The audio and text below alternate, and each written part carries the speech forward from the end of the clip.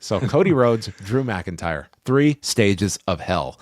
And we start off with the straight wrestling contest. And what a straight wrestling contest we got here. Drew tries to convince him to use a chair, but Cody won't bite. So there's a Cody cutter for a 2 count, and then Drew rips off the turnbuckle pad. Referee Jason Ayers goes to tend to the buckle, and thus Drew hits a low blow and Claymore and pins him in like 3 minutes and change. So just race through the first fall. Drew's up 1-0, and we transfer to Falls Count Anywhere, which sees the introduction of a table and Cody powerbomb through it. Crowd loved this. They fight into the crowd. Cody has time for a selfie as he bites Drew on the head. And then they go backstage where a banana was sent into Drew's mouth.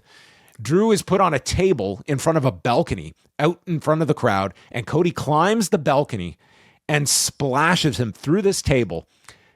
Cody came off this balcony. You have never seen a man get negative height on a splash. Like, he was belly flopping this dude. It was like literally stand and put your weight forward. There was no jumping in this splash. No. But put him through it, big pop that this got. And I think this crowd more so surprised that Cody was going to be going off a balcony on this show. Sure.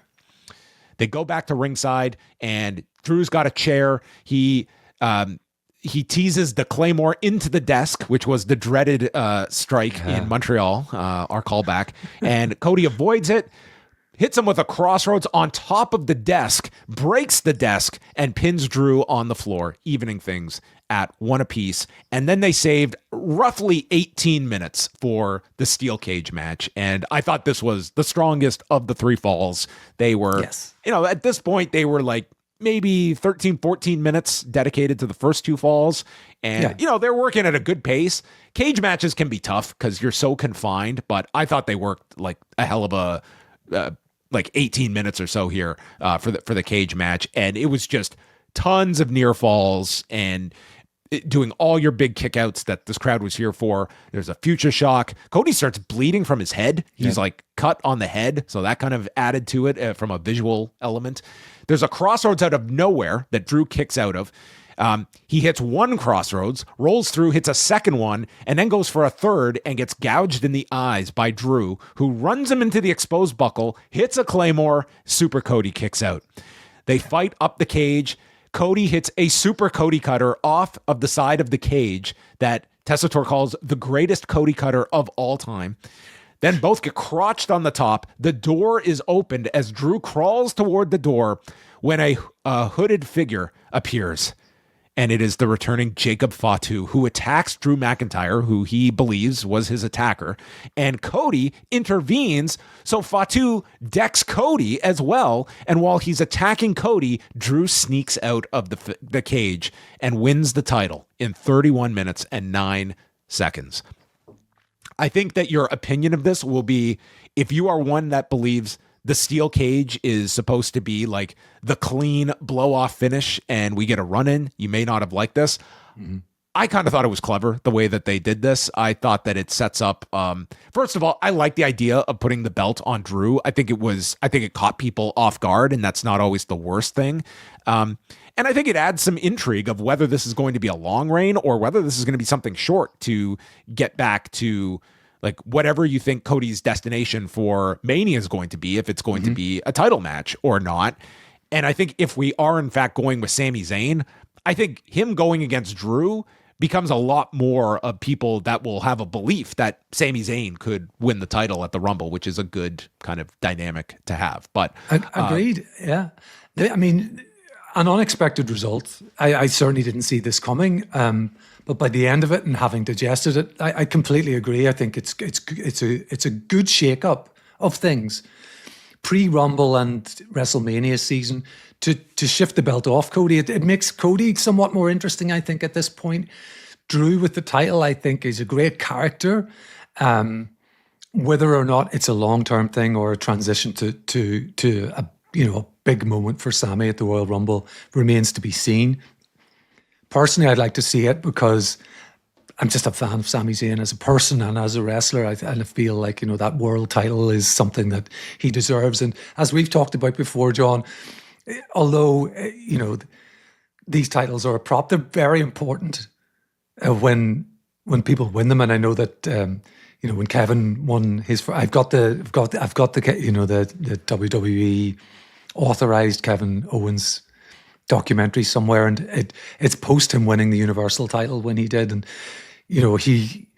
the wrestlers in the company, when they win the big one, it's very important to them because it feels like a stamp of approval from the top, I think, and a validation. Yeah.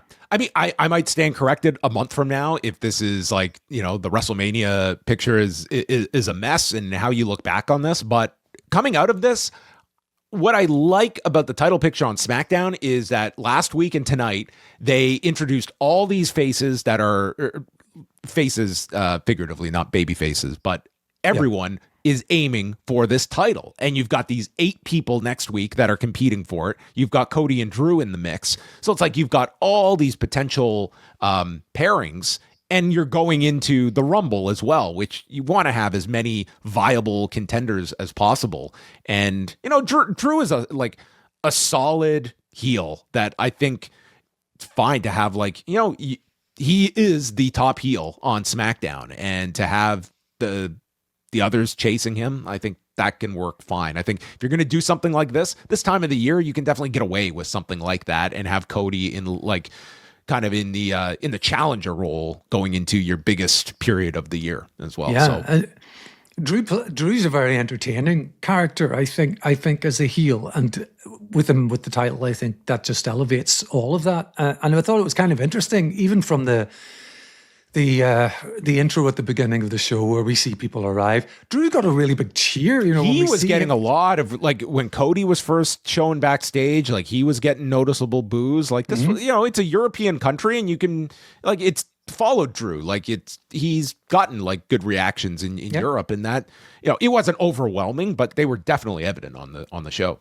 Yeah, and I'm not so sure that that's all just because he's from the same continent as these people. I think that they're acknowledging that he's an entertaining character in all. I remember last week's promo, or a few weeks ago, he's like, "I'm not fighting you in the U.S. I'm going to Europe to face you." So the man's endeared himself as well. So, I mean, it was a strong. I would say not match of the year caliber, but I really enjoyed the cage portion. So, and overall, it was an entertaining 31 minutes. You got a surprising finish that I think the audience enjoyed. And more importantly, I think you're interested in the follow-up of where they go after this and setting up now the next, Saturday night's main event. And then that leads to the Rumble. Yeah, I'm interested what Cody does next. I'm also interested in this return of Jacob, because it felt like it wasn't. It felt like there was somewhat more than him just getting Cody away. He seemed to go after him. Yeah, in theory, you should have one program with Cody before he even gets to Drew. He kind of set up things with both, where it was, he's coming back, and it's he had issues with both these guys coming out of this match. Sure. And it felt very much by design that Fatu did not look at all annoyed that he'd cost, he didn't play the baby face to a T where he's upset at himself for costing Cody the title. He just looked kind of impassive, and I'm sure that's what he was told to do, is kind of just don't sell, this. So that puts him in this, is he a baby face? Is he a heel? What's going on with Jacob? Which is interesting enough. Throughout the month of January, you have the chance to lock in your subscription at the Post Wrestling Cafe for all of 2026 before the price increase takes effect February the 1st. Simply sign up before February 1st and you will lock in that price all year long. If that's not enough, this month we have the annual Best and Worst of show as we get together with the Poison Rana crew to look back at 2025. We're also doing live watch-alongs of the Royal Rumbles from 1990 and 1995 with Brandon from New Jersey, a retrospective on the Tanahashi-Okada rivalry, plus reaction to Wrestle Kingdom 20, a review of TNA's debut on AMC, and much more, including TNA Genesis, UFC 324. It's all found at postwrestlingcafe.com.